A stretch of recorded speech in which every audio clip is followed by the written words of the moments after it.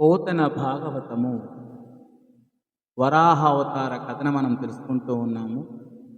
విదురుడు మైత్రేయ మహర్షిని ఈ వరాహ అవతార గాథని చెప్పమని చెప్తూ ఉంటాడు. మొదటి పద్యం చూద్దాం. అదియునుగాక ముకుందిని పదకమల మకరంద పాన పరవశులై పెంపొద విని వారి చరిత్రము తదమలమతి వినిన భవము సఫలము కాదే. అదియునుగాక ముకుందుని పదకమల మరంద పాన పరవశులై పెంపొద విన వారి చరిత్రము తదమలమతి వినిన భవము సఫలము కాదే. అంతేకాక విష్ణు పాద పద్మాల మకరందాన్ని త్రాగి మైమరచి మహాత్ముల మహనీయ చరితను పరిశుద్ధమైన బుద్ధితో వినిన వారి జన్మ తప్పక సార్థకమవుతుంది అని ఈ పద్య భావము.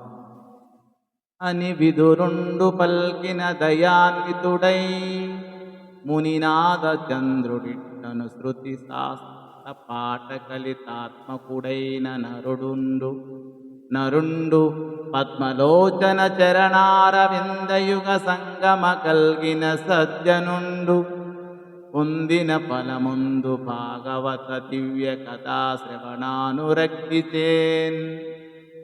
స్వయంభువు యొక్క జన్మాన్ని చెప్తూ ఉన్నాడు విదురునికి ఈ మహర్షి.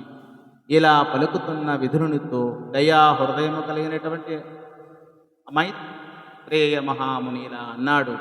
నాయనా, అన్ని శాస్త్రాలు చదువుకునే మానవులు శ్రీహరి పాదాలు అనే కమలాల మీద అనురాగం గల సజ్జనులు ఏ ఫలాన్ని పొందుతారో భగవద్భక్తుల దివ్యమైన కథలను ఆసక్తితో వినడం వల్ల అటువంటి ఫలమే లభిస్తుంది అని ఈ పద్య భావము. అని చెప్పి ముని కులాగ్రని ధనుజారి కథా సుధాప్లుత స్వాంతుడై తనవున పులకాంకురములు మొనయగా ఆనంద బాష్పములు జడిగురియన్. ఇలా చెప్తున్న మైత్రేయ మహాముని హృదయం దానవాంతకుడైన శ్రీహరి కథలు అనే అమృతంలో తేలియాడింది. ఆయన శరీరం సంతోషంతో పొంగి పులకించింది. ఆయన నయనాలు ఆనంద బాష్పాలు వర్షించాయి అని ఈ యొక్క పద్య భావము. ఈ విషయాన్ని సుఖమహర్షి పరీక్షన్ మహారాజుకు చెప్తున్నాడు అని ఈ పద్య భావము. ధన్యవాదములు.